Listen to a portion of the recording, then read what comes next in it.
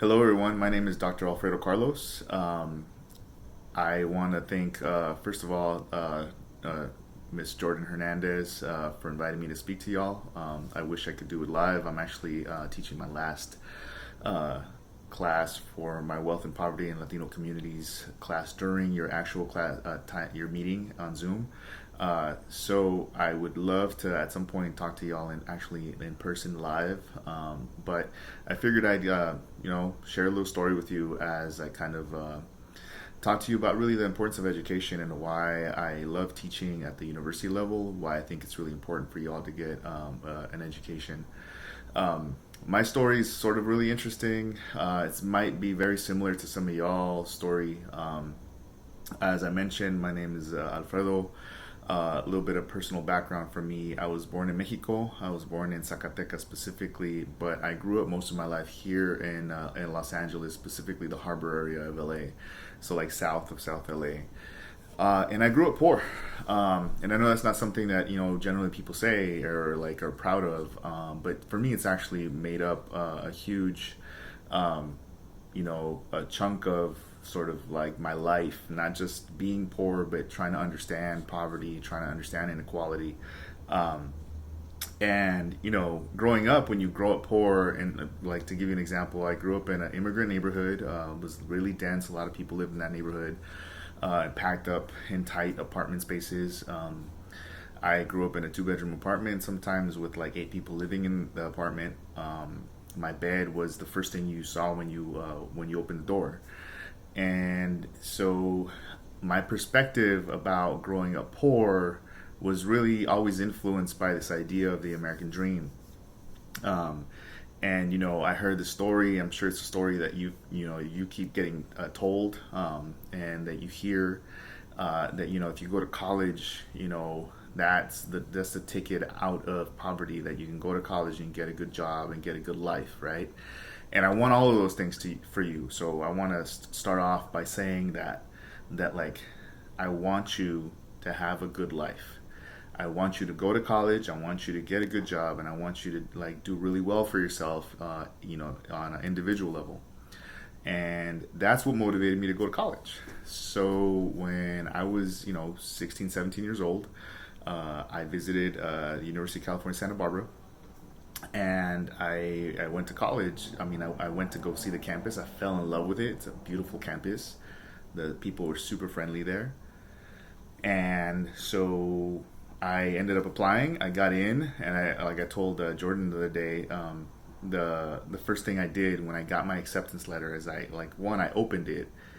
I read through the material really fast, super excited. I didn't tell anybody. The first thing I did is I signed my statement of intent, and I drove over to the post office and I sent it in without telling my parents, without telling anyone, because I was dead set on going to college. I was dead set on going to that college. And the excitement of that, it's beautiful. This sort of feeling that you finally achieve this goal of going to college, and I ended up going, and I ended up going with the same sort of motivation that a lot of us have when we grow up poor. And the motivation is really, to do well, the American dream stuff, right? I wanted to be a business major. I wanted to make a lot of money. I wanted to help my parents get out of poverty. I wanted to do all of these things, which are all great. But then I learned really the real importance, the true importance of education. And there's an excellent book that I think at some point you all should read. All right, I'm going to pull it out right here. I'm a professor. This is what I do. I assign reading. Pedagogy of the Oppressed. And in one of the first pages, it talks about the term of conscientizazgo. That term. It's in Portuguese, but consciousness, like not like consciousness. I'm awake, but in your terms, probably maybe. And it talks about the importance of education. This book, that's what it's really about. It's about education. Why do we learn? And I think that I think the way in which we motivate students, young people like yourselves, to go to college is really massively dehumanizing. I mean, the educational system to begin with is problematic. It's standardized testing all the time. It's, jumping through a bunch of hoops so that you can eventually, get a good job. I have a 7-year-old daughter in she already knows. But I'm not, this is a question I would usually ask in person. I want to ask you, like, what do you want to be when you grow up? And when I ask students that questions, when I talk to young people, when I talk to high school students, middle school students, I talk to college students. When I ask them if this is the first time they've ever met me, I say, what do you want to be when you grow up, or what do you want to do when you grow up? And the normal way, I want you to actually think about it. I want you to think about what you want to do when you grow up. And this is a little weird because I'm recording this obviously before you're doing it, but think about it. And I want you to write it down, or at least put it in your head. And raise your hand internally. I can't really tell, but raise your hand, or if your answer to that question was a job, I want you to reflect on that. Now, what I mean by that is that when our educational system like pushes us through, and if we're lucky, we get to go to college. But the motivation for us to go to college is always with the end thought of what can I do with this education and this degree? And when I say what can I do, I mean what kind of job can I get? And I think that is a massively limiting and dehumanizing way of thinking about an education. It's extremely, honestly, degrading to think of education as just a means to get a job. And I'm going to explain a little bit what I mean by that. I went to college for that very particular reason, because my parents didn't have great jobs. My mom, she worked as a garment worker. She sewed clothes for 35, 40 years. My dad worked as a clerk at Save-On for 35 years. And they did okay for themselves, but they struggled. And so obviously when you come from poverty, you want to get out of that. And so the way that we think about that is, how can we get out of poverty? And so we're told this American dream story about, if we go to college, you can get a good job and then you can get out of poverty. And so that's why we do it, right? But I honestly think that that's a very degrading way of thinking about education, to be honest with you.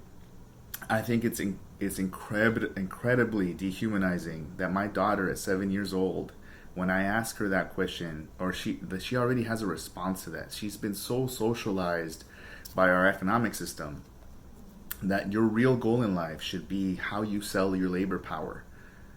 That we spend all of our lives chasing this idea of an education only as a means to find a better way to sell our labor power. An example of this is, you ever hear about, hey, what's your dream job? And for a long time, I had all kinds of dream jobs. When I was a kid, I wanted to be a stockbroker. Why? Because there's a lot of money in that. And to me, money, when you grow up poor, money means getting out of poverty. And so eventually it was like, I want to play baseball. I want to, do all, as a kid, you want to do all these things that, you think can sort of give you a better lifestyle. And that's fantastic. I want those things for you. And I'm gonna share some thoughts I have about how you get those things. But it's a very limited. The fact that my 7-year-old daughter already knows how to respond to that question means that we do a really good job of indoctrinating students into a very limited vision or view of what humanity is. And when I got to college, I wanted, I had all these aspirations. I wanted to go to, to be a business person, study business administration. And I took a couple of classes in, I actually never took a class in business. They were all really full. They were packed. So I took some classes that seemed interesting. I took astronomy. I took, I don't even remember what, I think I took a writing class my first quarter at UCSB. And then I took a Chicano studies class because it seemed interesting to me.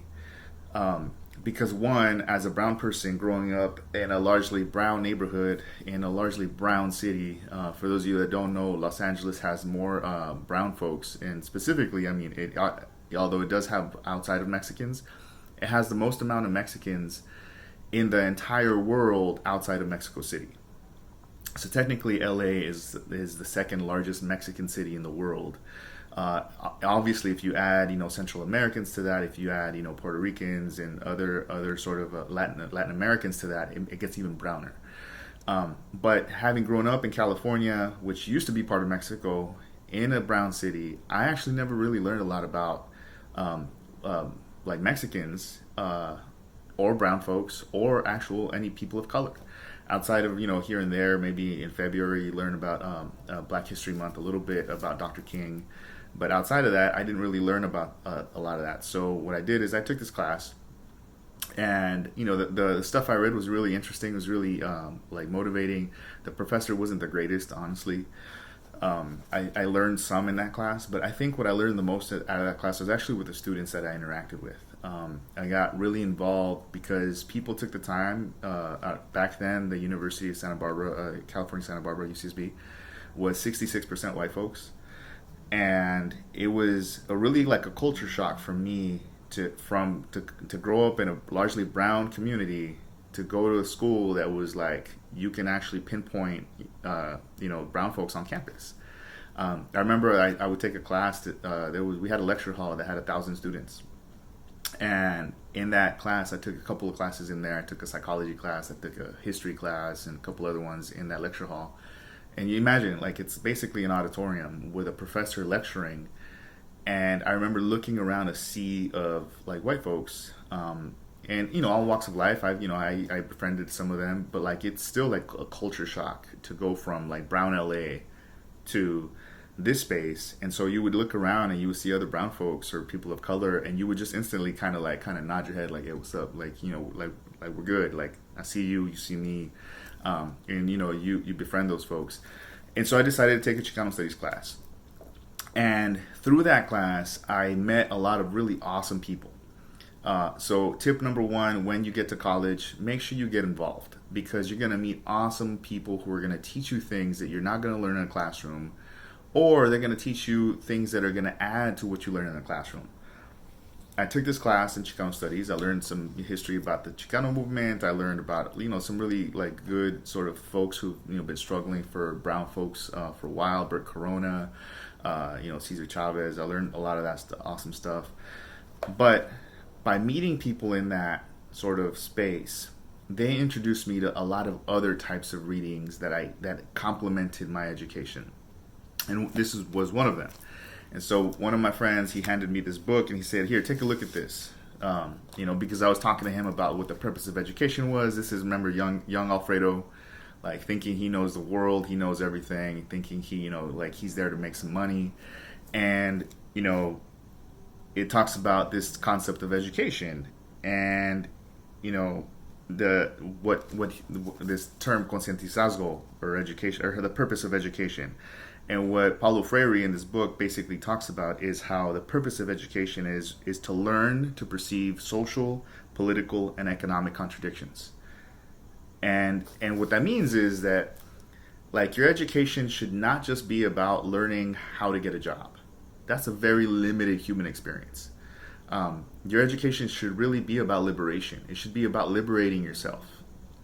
It should be about you learning who you are, learning what are the things that you value, learning about humanity, learning about other cultures. It should be about you becoming a better human being. And that's why, like, it's called the humanities. So, like, if you go to college, they have the School of Engineering, they have the School of Liberal Arts, they have, there's a whole group of, like, disciplines or things you can study called the humanities, because education used to be about you learning how to be a better human being. And ultimately, I think really that's the importance of education. More importantly, it's not just about you learning about stuff.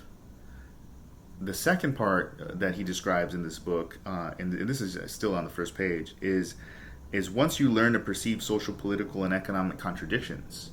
And these are the questions I had. Even though I wanted to be like wealthy when I went to college, the questions I had was, why does poverty exist? Why do immigrants get treated the way they do? Why do people of color get policed more than other folks? Why do people like my parents work really hard their whole lives and are never really able to achieve the American dream? And the American dream really is nonsense if you think about it. If you work, it's basically this idea that if you work hard and God is gonna favor you. If you work really hard, you'll become wealthy. The hardest people, the hardest workers that I know, like the hardest working people that I know, like, didn't have any wealth. And it's not because they're lazy. Like I said, they're the hardest working people. There's a meme that goes around sometimes. If hard work translated directly to wealth, there's people in Africa who haul water from 2 miles away just to be able to drink it. They would be millionaires. And so, when I got to college, I started asking all of these questions. I mean, I had these questions growing up, but then I was now in a space where I can explore these questions. And so the second part of the purpose of education is, one, you got to learn to perceive these contradictions. Why do these things exist? Secondly, to take action against the oppressive elements of reality.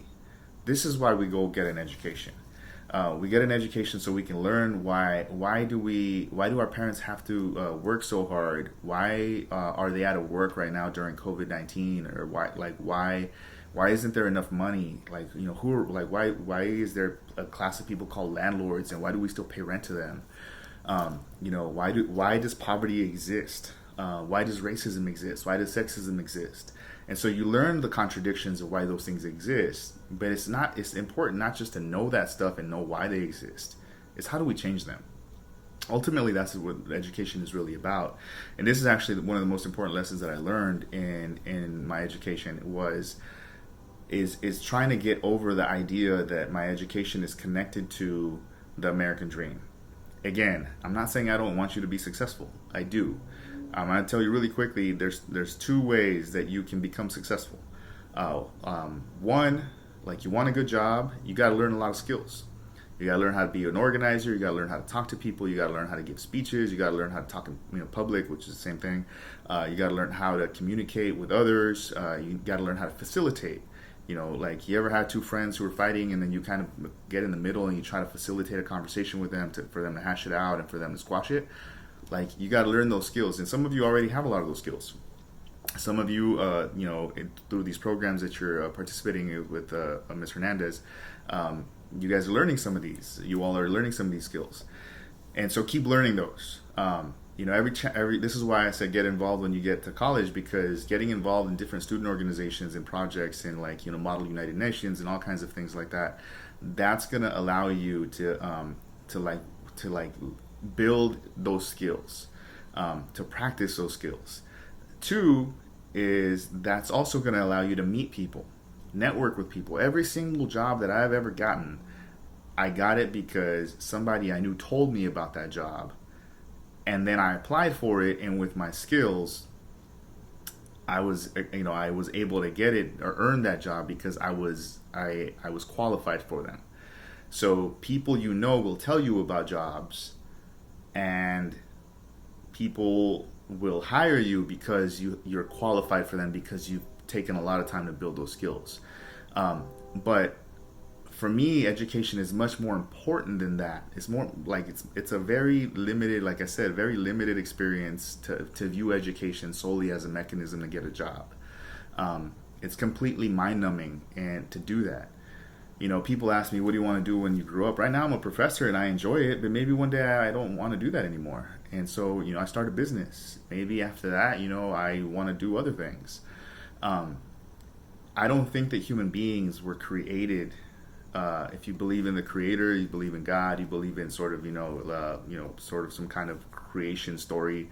I don't think that we exist as human beings to labor 40 to 50 years of our lives for somebody else's profit. I don't think that's why we put on this earth. Obviously, we have to do it. Obviously, I still get up every day and I go to work so I can feed my daughter. You do that, right? But that's not the important part of life. The important part of life is finding meaning in it. The important part of life is finding what makes you feel fully human. One of the things that this book explores is this concept of freedom. What does freedom really look like for folks? And for people who've never experienced freedom, for us it looks like blinging. It looks like like how the Kardashians live. It looks like that. But this is why I'm really inspired by Miss Jordan Hernandez. She's a friend of mine, so I don't know what y'all call her, but I'm really inspired by her because she didn't wait to get her dream job to do all of these amazing things that she wants to do with her life. She's doing them. She's incorporating them into the things that's what her life is about. She works and she has an impact and she does really awesome work with young folks. work that I used to do. I used to work with high school students as well. And but then she also, instead of like buying a brand new car, or instead of like, getting these things that capitalism tells us is going to make us happy, what she does is she actually goes out and experiences the world, because that's what really makes people happy. And so I want you to think about, what are the things that make you happy? And if you don't know, well, that's the purpose of education. If you don't know what are the things that really make you happy, and let's be honest, the things that we think make us happy in our society are usually not it. So, one of the biggest mistakes young people do when they, get their first good job, is they go buy a brand new car. And then they're stuck with a payment for 5 years of $300 a month. And because they wanted a brand new one, instead of getting maybe one that's 2 or 3 years older, which is still newish, it's still going to get you from point A to point B, it's still going to look good, and it's going to save you a ton of money that you can then use to do something else. And so folks end up being in debt, rather than saying, you know what, I don't want the new car, I want to travel. And this is why I find Ms. Hernandez really inspiring to me, is because, ask her, and I'm sure you already know, she's traveled like to so many countries. I've traveled a little bit, nowhere near as much as her, and it's inspiring for me to see her like continue to do that. And she does it on a budget. She does it, she doesn't have her dream job yet. She's getting there. She just got into to a couple of programs to be a social worker. So congratulations to her. I don't know if you already knew that. I'm sorry if I'm breaking the news. But I want you, as you get into college, I want you to think about that. I want you to think about what kind of things make you happy. And I know that seems kind of selfish, but if you really think about the things that make us happy as individuals, they usually have to do with community. And the things that make me happy is being with my family, doing good things in the community, helping others. And those are things that you don't need to have your dream job to do those things. You also don't need to have a dream job to travel. You just have to, you have to make choices. You have to make choices. So I teach financial wellness classes sometimes, because in sort of my younger life, I learned how to be a stockbroker. I actually did it for a little while, and that was miserable. And I felt like I was scamming people. But because I know that stuff, I teach it to young folks, because eventually they're gonna have retirement accounts and that kind of stuff. So I teach basics to folks. And one of the things that I try to teach my students when I teach them that is that we have to have a different conception of wealth. Do I want money, or do I want the things that money is supposed to provide? And if it's like we use money as a means to an end, let's focus on seeing if we can accomplish the end without necessarily needing the money. And I'm not saying go get the money. I want you to go get as much money as you can get. Capitalism doesn't value us at all, so get as much of it as you can. But think about what you do with that money, and think about whether you need the money to actually be happy. And so in that workshop, one of the things I tell them is, that capitalism spends around $250 billion on marketing and advertising. Billion. And I don't know if you know the difference between a million and a billion, but just really quick, a million seconds, if you multiplied it to how many days, a million seconds is 11 days. A billion seconds is around 31 or 32 years. And so for us, it just seems like a lot of money. A million, a billion, it's just more money, right? Because we grow up poor, we don't know what that means. So capitalism doesn't pay us very well to begin with. So we only get this small chunk.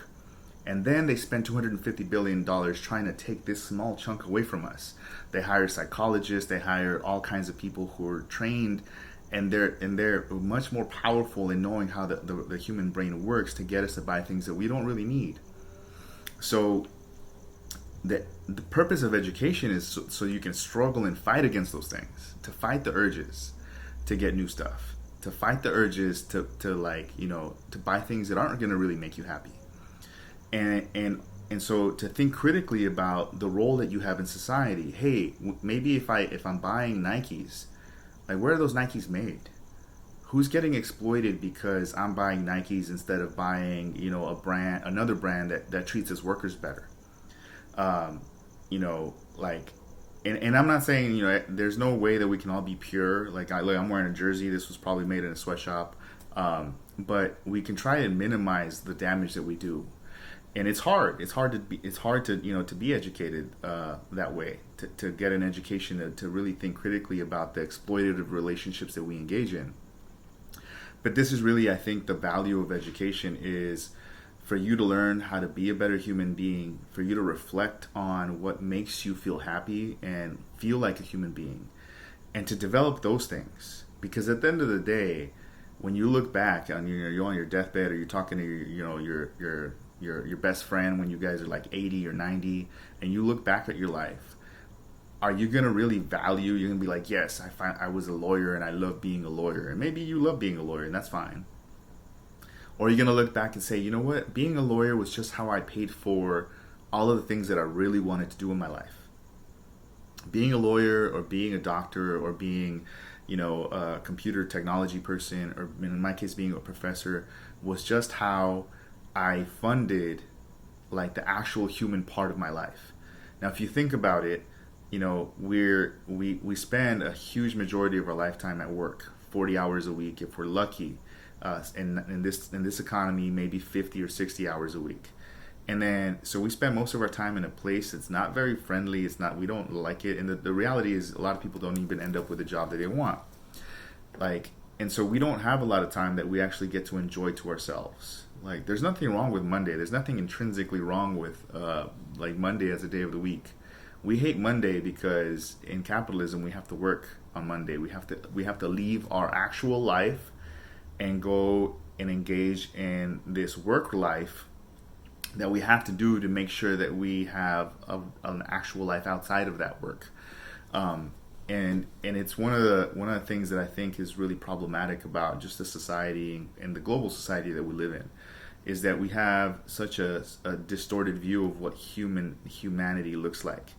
And one of the things that education is supposed to teach you is supposed to teach you about like that.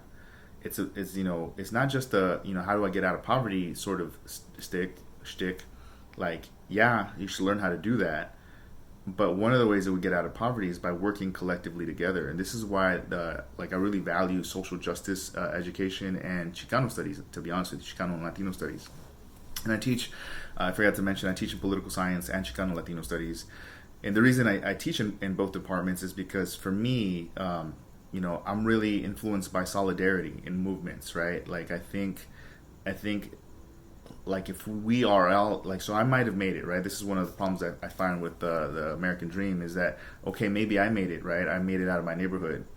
But it still keeps me up at night sometimes, knowing that there's some little kids who are growing up in the same neighborhood I grew up in, growing up in poverty. It's not enough for me that I made it out. And this is my challenge to you as young folks. My challenge to you as young folks is to, like, go get your education, to go be successful, but to think differently about how we run the world. Like, I don't want to start a business that's going to make me rich. If I start a business, it's going to be a worker cooperative business where all the workers own the business together. Like, you're like, what? That's a thing? Yeah, that's a thing. This is what I study. This is the stuff I research. I study businesses that are democratically owned and controlled, and all the profits are shared with the workers. And how do I find out about that? Well, I found out about that because I had a different understanding of what education is. Education isn't just about, and shouldn't just be about, how I as an individual can be successful.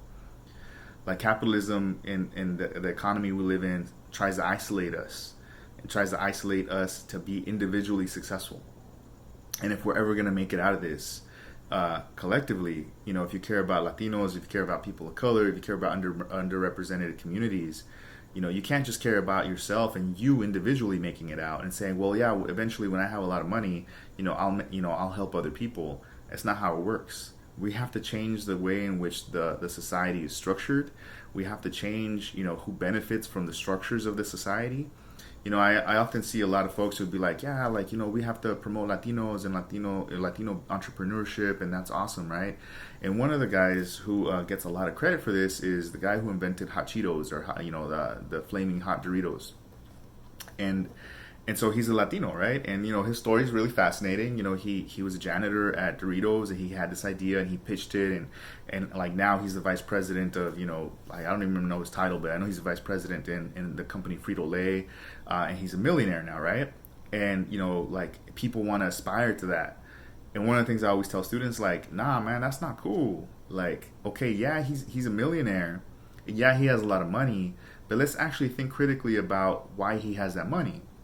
So, for those of you that don't know, the incidence of the Dorito sales and Hot Cheeto sales has happened at the same time that type 2 diabetes has increased in Latino children specifically. So, and there's a direct correlation between the junk food that our children are eating in our communities with the rise of junk food and who's benefiting from junk food. And this guy, this Latino, great for him, but he made his millions of dollars at the expense of all these kids who have all kinds of health issues in the community, and not to mention gastrointestinal issues, because if you eat like hot Cheetos every single day of your life, it's gonna eat the insides of your stomach, man. That stuff is toxic. And don't get me wrong, I still eat them sometimes. I'm not saying don't eat them at all, but we gotta think through these things. We gotta think about who our heroes are, and who actually cares about a community, like what kind of people we want to be. And so Chicano studies and ethnic studies, I think, like, has given me the foundation to really understand these things, is what kind of impact are we having on our community. While I'm being successful, is my success at the expense of other people? And if it is, how can I minimize that? And if it's not, or how can I create ways for all of us to come up?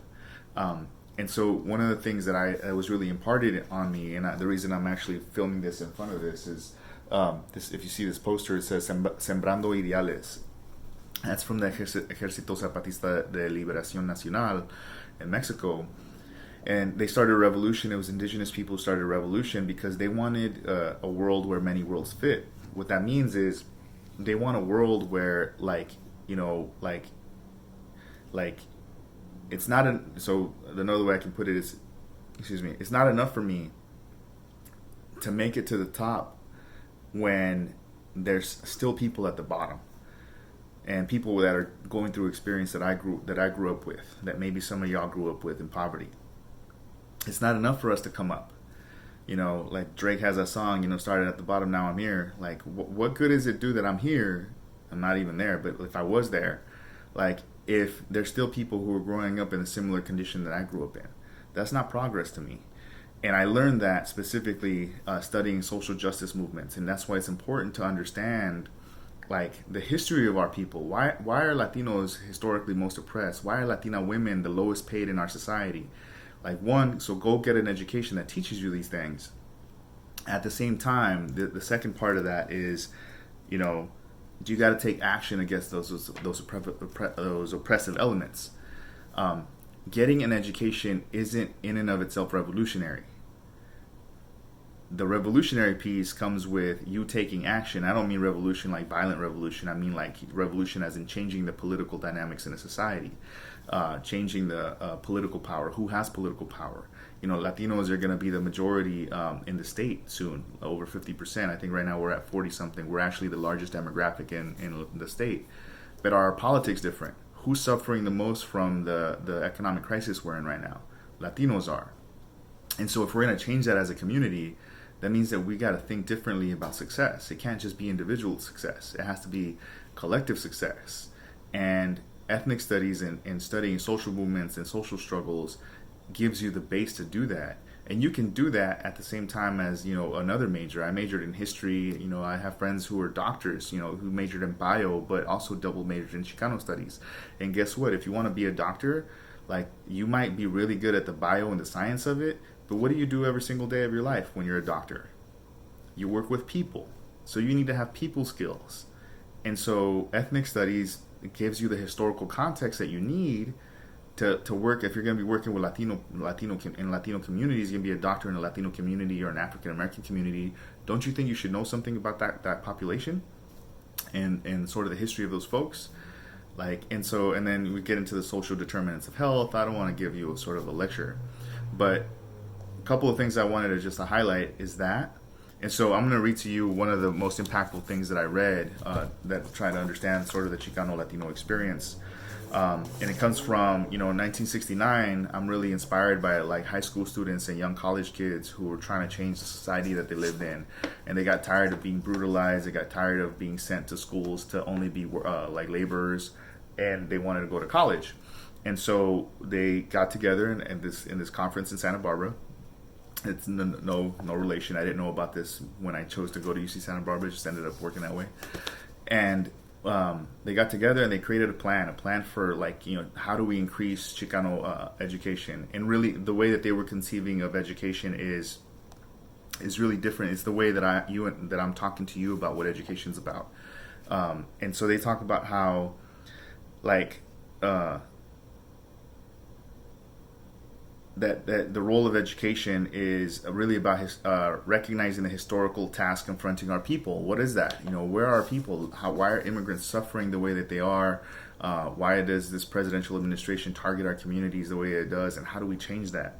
And so they talk about how Chicanismo, and I recognize this is outdated, but this is from the 60s, simply embodies an ancient truth that a person is never closer to his or her true self or their true self as when they are close to their community. That Chicanismo draws its faith and strength from two main sources: from the just struggle of our people and from an objective analysis of our community's strategic needs. And really, this is what our education should be about. Education should be about, one, fulfilling your humanity. You learning to be a more full and developed human being. And I can't tell you what that is. You have to explore that. You have to go out and see in the world what are the things that make you feel human. For a lot of people, that's actually collective experience, with your friends, your family, your community. I can guarantee you that buying a new car and buying like a new thing, spending a lot of money on this one item, like is going to give you pleasure for like a day or two, and then you're going to have guilt. But like the human relationships you develop, those are going to give you real happiness. And guess what? They're free. Outside of you buying some food for a friend here and there, you buying eventually, when you guys aren't 21 yet, but when you turn 21, you buy a drink for your friend, or just spending good time, carne asada. The other thing is that education should really be about how we build community and how we struggle together as a community to improve the conditions of our community. And one of the things that capitalism is really good at doing is isolating us. It's really good at isolating us into individuals and to measure our success individually. And as Latinos, that's not really our culture. Our culture is a collective culture. We do things collectively and cooperatively, and I honestly think that's just a general human experience. But we're still more closely connected to that. That's why, when somebody has a quinceañera in our neighborhood, we spend, we get together all kinds of padrinos and padrinas to pitch in to take care of that, right? We do the same thing for funerals. And here's the thing that I shared with Jordan. I actually recommend y'all do this. Is when you find out where you get into college, or maybe you already know, throw yourselves a college party so that your community can celebrate your success. What's a college shower? Sorry, that's what I meant, not a college party. A college shower. Still thinking about UC Santa Barbara being a party school. No, a college shower. You guys know what a baby shower is?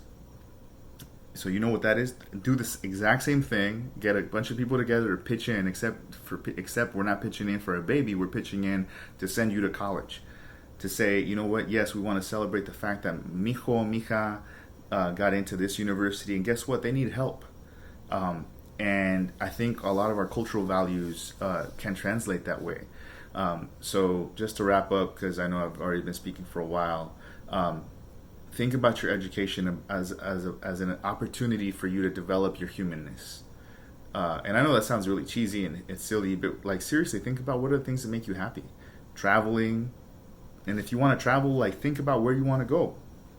Don't just say traveling. Like, where's the first place you want to go? Maybe it's back home. If any of y'all are interested, when you get to college, I actually take students to visit Mexico City for a couple of weeks in the summer. Anybody can apply to that program. You can hit it up. You can ask Ms. Hernandez for my information. Hit me up. I'll give you all the information you need. We do all kinds of awesome stuff in Mexico City. Your family will pitch in for that because you get to do something that maybe they never got a chance to do. So one, education is about, being a human being and learning how to be your best human being self. Thinking about college as an opportunity for a job is a very limited view of an education. So people ask me, what's your dream job? And I tell them, I don't dream about my job. Like, I don't dream of a job. Like, I have dreams of like achieving all kinds of stuff. I want to visit, all kinds of baseball stadiums in the United States. I love baseball. I want to, I want to travel. I want to go to Ireland. I want to do all kinds of, I want to fix my Mustang. I just told you earlier, don't spend a ton of money on a new car. It's not a new car; it's an old car. Like I want to buy a house so that my daughter has like a place to live in. She has a place to live in now, but like a bigger place so she can run around the backyard. There's other things that I want to do that obviously involve money, right? But like your job shouldn't be the purpose in your life. Your job is how you get those other things. So focus on what those things are. Explore what those things are. One of the sort of things that I find really, like, honestly really depressing is when I ask my students what those things are. They don't know. They don't know because they're on this treadmill of just trying to get out of poverty. They never really stop to think about it because they think about the job only, right? And I understand that because the same thing happened with me, right? Like I was like, how do I get out of poverty? How to get a good job? And so the thing is, once you get that job, then you don't know what to do with the money, so you end up spending the money on shit you don't need. Sorry, I apologize for my language. I'm used to talking with college students. And so, one, think about really the meaning of meaningful education is going to really be about reflecting and finding out who you are, what are the things that make you happy, and not just about a job. Obviously, learn skills and do the things that I told you to do to get those jobs, and hopefully you're successful in that. Like I said, I don't not want that for you. I want you to be successful, but ultimately, I want us to be successful collectively as a community. How can we change the structure of our economy so it doesn't exploit people the way that it does? How can we change the structure of our society so that our parents, that doesn't have to happen to like other people's parents? So that the experience of my parents having to cross the border and like go through and I can't imagine what that's like, right? My parents, they had to get to this country, they had to go through sewers. I want you to think about that. Sewers. I can't imagine what that's like. I tell myself all the time that there isn't anything I wouldn't do for my daughter, but I'm lucky because I don't ever have to crawl through fucking sewers. Sorry for the language. But my mom and my dad had to crawl through crap literally to get to this country to have a better life. And I'm grateful for them I'm grateful to them for that. But me honoring their memory, they're still alive, but me honoring their struggle and the legacy that that they struggled for me is not just about my individual success. I want to be part of creating a world where nobody has to go through that so they can feed their family. And ultimately, that's why I think beyond just the individual reasons of why education is about you're finding your happiness, is really, I think all of our happiness is connected in this sort of collective lived experience.